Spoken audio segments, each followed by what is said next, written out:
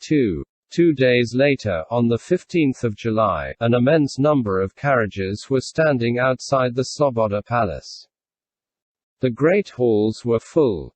In the first were the nobility and gentry in their uniforms, in the second bearded merchants in full-skirted coats of blue cloth and wearing medals. In the noblemen's hall there was an incessant movement and buzz of voices. The chief magnates sat on high-backed chairs at a large table under the portrait of the emperor, but most of the gentry were strolling about the room. All these nobles, whom Pierre met every day at the club or in their own houses, were in uniform, some in that of Catherine's day, others in that of Emperor Paul, others again in the new uniforms of Alexander's time or the ordinary uniform of the nobility. And the general characteristic of being in uniform imparted something strange and fantastic to these diverse and familiar personalities, both old and young. The old men, dim-eyed, toothless, bald, sallow, and bloated, or gaunt and wrinkled, were especially striking. For the most part they sat quietly in their places and were silent, or, if they walked about and talked, attached themselves to someone younger. On all these faces, as on the faces of the crowd Petya had seen in the square, there was a striking contradiction. The general expectation of a solemn event, and at the same time the everyday interests in a Boston card party, Peter the cook, Zinaida Dmitrievna's health, and so on. Pierre was there too, buttoned up since early morning in a nobleman's uniform that had become too tight for him. He was agitated. This extraordinary gathering not only of nobles but also of the merchant class les États généraux, States General, evoked in him a whole series of ideas he had long laid aside but which were deeply graven in his soul. Thoughts of the contrat social and the French Revolution. The words that had struck him in the emperor's appeal that the sovereign was coming to the capital for consultation with his people strengthened this idea. And imagining that in this direction something important which he had long awaited was drawing near, he strolled about watching and listening to conversations, but nowhere finding any confirmation of the ideas that occupied him. The emperor's manifesto was read, evoking enthusiasm, and then all moved about discussing it. Besides the ordinary topics of conversation, Pierre heard questions of where the marshals of the nobility were to stand when the emperor entered, when a ball should be given in the emperor's honor, whether they should group themselves by districts or by whole provinces. And so on. But as soon as the war was touched on, or what the nobility had been convened for, the talk became undecided and indefinite. Then all preferred listening to speaking. A middle-aged man, handsome and virile, in the uniform of a retired naval officer, was speaking in one of the rooms, and a small crowd was pressing round him. Pierre went up to the circle that had formed round the speaker and listened. Count Ilya Rostov, in a military uniform of Catherine's time, was sauntering with a pleasant smile among the crowd, with all of whom he was acquainted. He too approached that group and listened with a kindly smile and nods of approval, as he always did, to what the speaker was saying.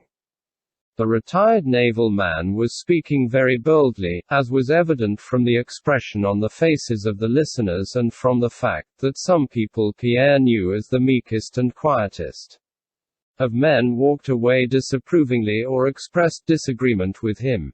Pierre pushed his way into the middle of the group, listened, and convinced himself that the man was indeed a liberal, but of views quite different from his own. The naval officer spoke in a particularly sonorous, musical, and aristocratic baritone voice, presently swallowing his R's and generally slurring his consonants. The voice of a man calling out to his servant, he. Bring me my pipe. It was indicative of dissipation and the exercise of authority. What if the Smolensk people have offered to raise militia for the emperor? Are we to take Smolensk as our patron? If the noble aristocracy of the province of Moscow thinks fit, it can show its loyalty to our sovereign the emperor in other ways. Have we forgotten the rising of the militia in the year 7? All that did was to enrich the priests' sons and thieves and robbers. Single quote. Count Ilya Rostov smiled blandly and nodded approval. And was our militia of any use to the empire? Not at all. It only ruined our farming. Better have another conscription. You men will return neither soldiers nor peasants, and we'll get only depravity FWOM them. The nobility don't grudge there lives every one of us will go and be wing in more requits, and the sovereign. That was the way he referred to the emperor. Need only say the word and we'll all die for him, added the orator with animation. Count Rostov's mouth watered with pleasure and he nudged Pierre, but Pierre wanted to speak himself. He pushed forward, feeling stirred, but not yet sure what stirred him or what he would say. Scarcely had he opened his mouth when one of the senators, a man without a tooth in his head, with a shrewd though angry expression, standing near the first speaker, interrupted him.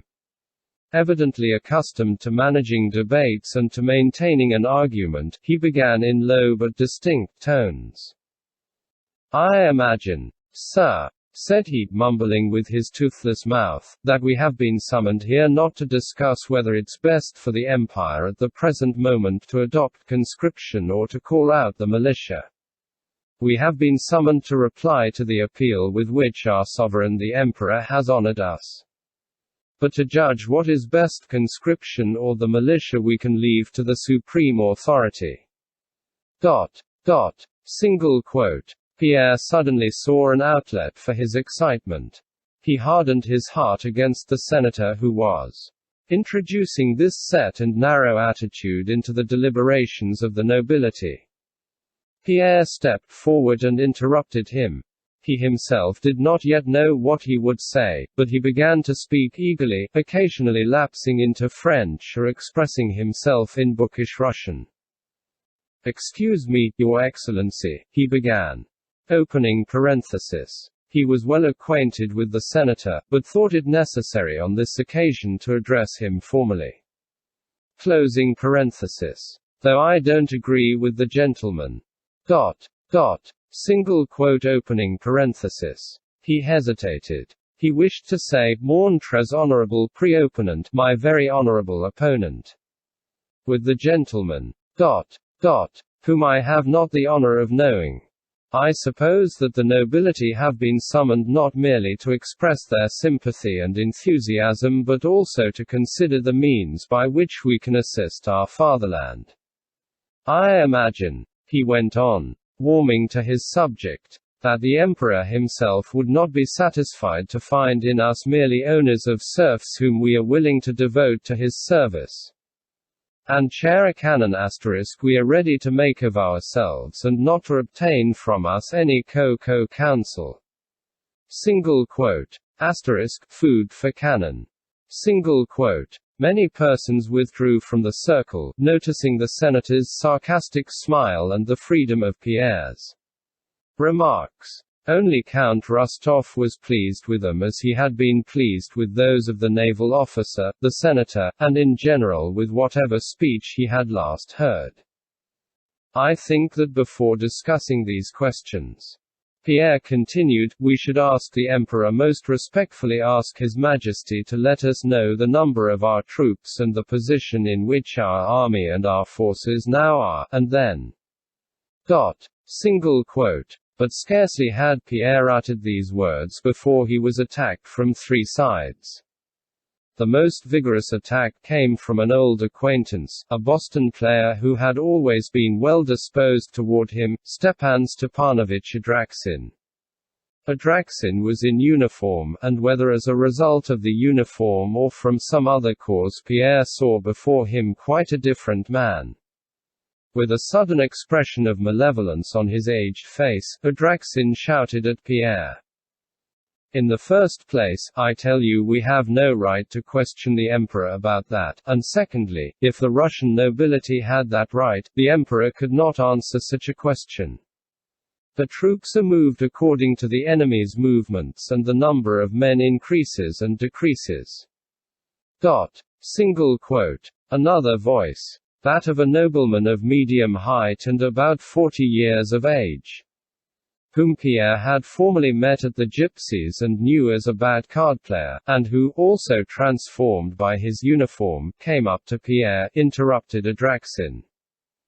Yes, and this is not a time for discussing, he continued, but for acting. There is war in Russia. The enemy is advancing to destroy Russia, to desecrate the tombs of our fathers, to carry off our wives and children. The nobleman smote his breast. We will all arise, every one of us will go, for our father the Tsar. He shouted, rolling his bloodshot eyes. Several approving voices were heard in the crowd. We are Russians and will not grudge our blood in defense of our faith, the throne, and the fatherland. We must cease raving if we are sons of our fatherland. We will show Europe how Russia rises to the defense of Russia. Single quote. Pierre wished to reply, but could not get in a word. He felt that his words, apart from what meaning they conveyed, were less audible than the sound of his opponent's voice. Count Rostov at the back of the crowd was expressing approval. Several persons, briskly turning a shoulder to the orator at the end of a phrase, said, "That's right, quite right. Just so." Single quote. Pierre wished to say that he was ready to sacrifice his money, his serfs, or himself, only one ought to know the state of affairs in order to be able to improve it, but he was unable to speak. Many voices shouted and talked at the same time, so that Count Rostov had not time to signify his approval of them all, and the group increased, dispersed, reformed, and then moved with a hum of talk into the largest hall and to the big table. Not only was Pierre's attempt to speak unsuccessful, but he was rudely interrupted, pushed aside, and people turned away from him as from a common enemy. This happened not because they were displeased by the substance of his speech, which had even been forgotten after the many subsequent speeches, but to animate it the crowd needed a tangible object to love and a tangible object to hate. Pierre became the latter. Many other orators spoke after the excited nobleman, and all in the same tone. Many spoke eloquently and with originality. Glinka, the editor of the Russian Messenger, who was recognized. Cries of "Author! Author!" were heard in the crowd. Said that hell must be repulsed by hell, and that he had seen a child smiling at lightning flashes and thunderclaps, but we will not be that child. Single quote. Yes, yes, at thunderclaps, was repeated approvingly in the back rows of the crowd. The crowd drew up to the large table, at which sat grey-haired or bald 70-year-old magnates, uniformed and besashed, almost all of whom Pierre had seen in their own homes with their buffoons, or playing Boston at the clubs. With an incessant hum of voices the crowd advanced to the table. Pressed by the throng against the high backs of the chairs, the orators spoke one after another and sometimes two together. Those standing behind noticed what a speaker omitted to say and hastened to supply it. Others in that heat and crush racked their brains to find some thought and hastened to utter it. The old magnates, whom Pierre knew, sat and turned to look first at one and then at another, and their faces for the most part only expressed the fact that they found it very hot. Pierre, however, felt excited, and the general desire to show that they were ready to go to all lengths which found expression in the tones and looks more than in the substance of the speeches infected him too. He did not renounce his opinions, but felt himself in some way to blame and wished to justify himself. I only said that it would be more to the purpose to make sacrifices when we know what is needed, said he, trying to be heard above the other voices. One of the old men nearest to him looked round, but his attention was immediately diverted by an exclamation at the other side of the table. "Yes, Moscow will be surrendered. She will be our expiation," shouted one man. "He is the enemy of mankind," cried another. "Allow me to speak. Gentlemen, you are crushing me.